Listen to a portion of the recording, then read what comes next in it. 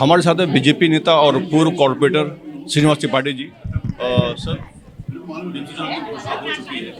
आप क्या बोलना चाहेंगे? बीएमसी चुनाव की घोषणा हुई है। मुंबई के सभी नागरिक खुश हैं क्योंकि पिछले 4 साल से महानगर पालिका में जनप्रतिनिधि न होने के कारण लोगों के सामने समस्या थी कि वो अपने कामों को लेकर के किसके पास जाएं। 227 में से जो 82 बीजेपी कॉरपोरेटर थे वो तो पिछले 4 साल जनप्रतिनिधि न होने के बाद भी कार्यरत थे, इसलिए उन वार्डों में तो उतनी समस्याएं लोगों को नहीं आई। लेकिन जहां पर भाजपा के नगर सेवक नहीं थे और विरोधी पक्षों के थे, वहां पर लोगों के सामने एक समस्या थी कि बहुत जगह तो ऐसा था कि लोगों के कार्यालय खुलने भी बंद हो गए थे। तो यह बहुत ही खुशी की बात है कि मुंबई महानगर पालिका का इलेक्शन चुनाव आयोग ने घोषित किया है। एक मुंबई कर के नाते मैं चुनाव आयोग को धन्यवाद देता हूँ। 2017 के चुनाव में बीजेपी अकेले लड़ी थी और इस बार जो है दो सहयोगी मुख्य सहयोगी पार्टी और आ गई है। ऐसे में टिकट बंटवारे को लेकर कितनी दिक्कत हो सकती है? कोई दिक्कत नहीं होगी, यह लोगों की सिर्फ सोच है।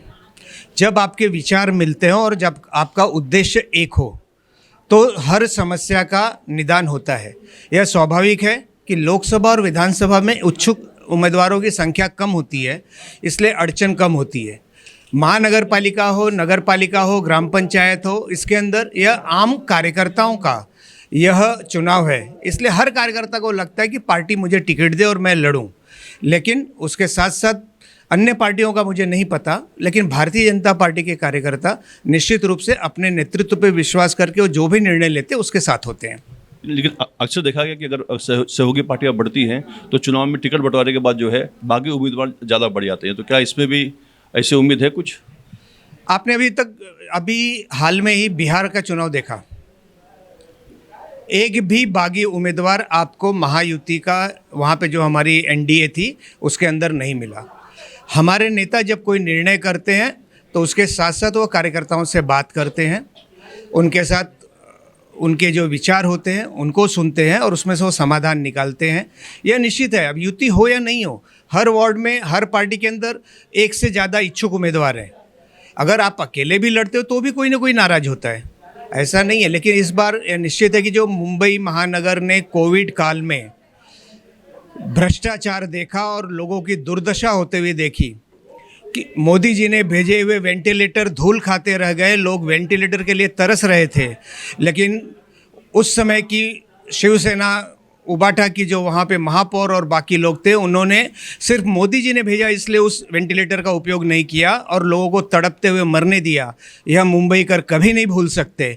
इसलिए हमारा जो इस समय उद्देश्य किसी भी हालत में महायुति का महापौर बने और मोदी जी के सारे कार्यक्रम, देवेंद्र जी के द्वारा दिए गए सारे कार्यक्रम महानगर पालिका के विकास के लिए हो, उसके लिए हम कार्यरत हैं।